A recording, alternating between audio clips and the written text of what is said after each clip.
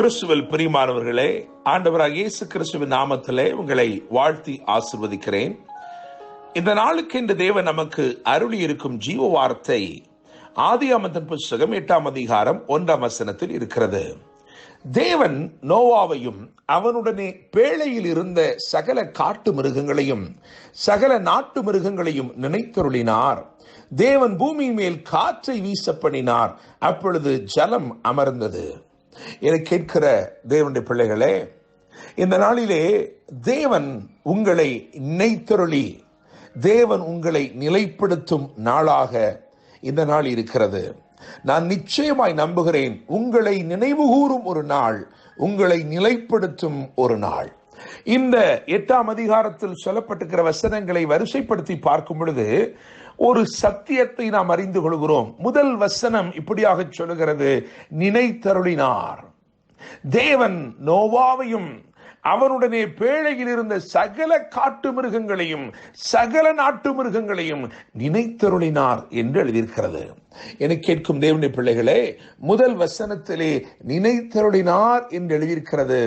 2ஆம் வசனத்தை கவனிக்கும் பொழுது நின்று போயிற்று என்று முடிகிறது. எனவே நினைத்தருளும் தேவன் உங்கள் வாழ்க்கையிலே நிச்சயமில்லாத ஒரு காலத்தை ஒரு முடிவுக்கு கொண்டு வரும் பொருட்டு எவைகளை நிறுத்தி போட வேண்டுமோ அவைகளை நிறுத்தி போடுகிறார்.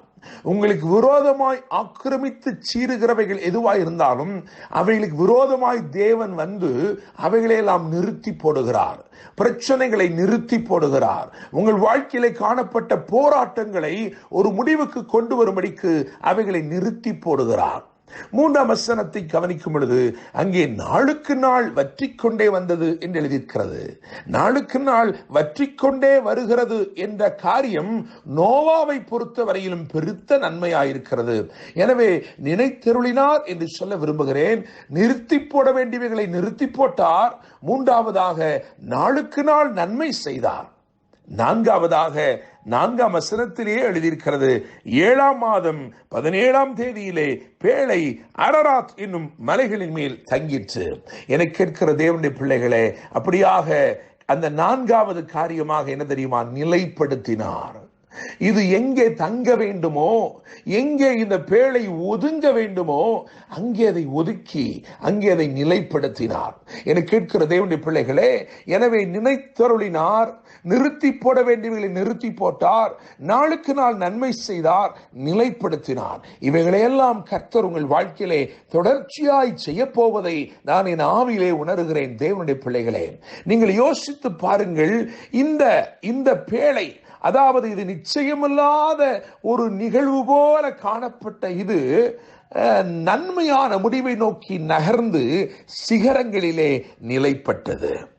என கேட்கும் தேவனுடைய பிள்ளைகளே, சமபூமியில் இருந்து புறப்பட்ட ஒன்று இப்பொழுது சிகரங்களில் வந்து நிலைத்திருக்கிறது. உங்கள் வாழ்க்கையிலும் தேவன் இப்படியே எது சாதாரணமாய் இருக்கிறதோ அவைகளை தேவன் நினைவு கூறுகிறபடியினால், அவைகளுக்கு தேவன் நாளுக்கு நாள் நன்மை செய்கிறபடினால், அவைகளுக்கு விரோதமானவைகளை நிறுத்தி போடுகிறபடினால், அவைகளை நிலைப்படுத்துகிறபடினால் இறுதியாக அங்கே பார்க்கிறோம், சிகரங்களிலே வந்து ஒரு பெரிய மேன்மை, ஒரு பெரிய உயர்வு அங்கே தங்கிற்று என்று எழுதியிருக்கிறது. என கேட்கும் தேவனுடைய பிள்ளைகளே, எதை ஜலம் புறப்பட செய்ததோ, காரணம் 7ஆம் அதிகாரத்தை நீங்கள் வாசிக்கும் பொழுது அங்கே எழுதியிருக்கிறது 17ஆம் வசனத்திலே, ஜலம் பேழையை புறப்பட செய்தது.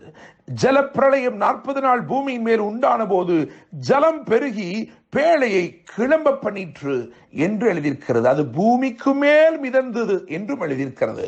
மற்றவர்களுக்கு தீமையாய் இருப்பவைகளை உங்களை புறப்பட செய்யும் நன்மையாக தேவன் மாற்ற விரும்புகிறார்.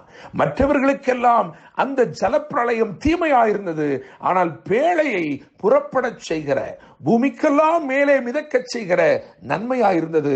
அப்படித்தான் தேவன் உங்கள் வாழ்க்கையில கிரியை செய்ய விரும்புகிறார். என கேட்கும் தேவனுடைய பிள்ளைகளே, சமபூமியில் இருந்து புறப்பட்டது இப்பொழுது சிகரங்களில் வந்து நிற்கும்படி தேவன் செய்தார். தேவன் இந்த நாளிலே உங்களை நினைத்தருளுகிறார். தேவன் உங்களுக்கு விரோதமான தீமைகளை நிறுத்தி போடுகிறார். உங்களுக்கு நாளுக்கு நாள் நன்மை செய்யும்படிக்கு உங்கள் மேல் கரிசனை உள்ளவராயிருக்கிறார். சாதாரண நிலையில் இருந்த உங்களை சிகரங்களிலே நிலைப்படுத்தும்படிக்கு உங்கள் மேல் கிருபையாய் அவர் இருக்கிறார். நிச்சயமாய் இந்த வார்த்தைகளின்படி உங்கள் வாழ்க்கையில் அவர் நன்மை செய்வார். என்றும் அன்புடன் pastor Daniel Moses. God bless you.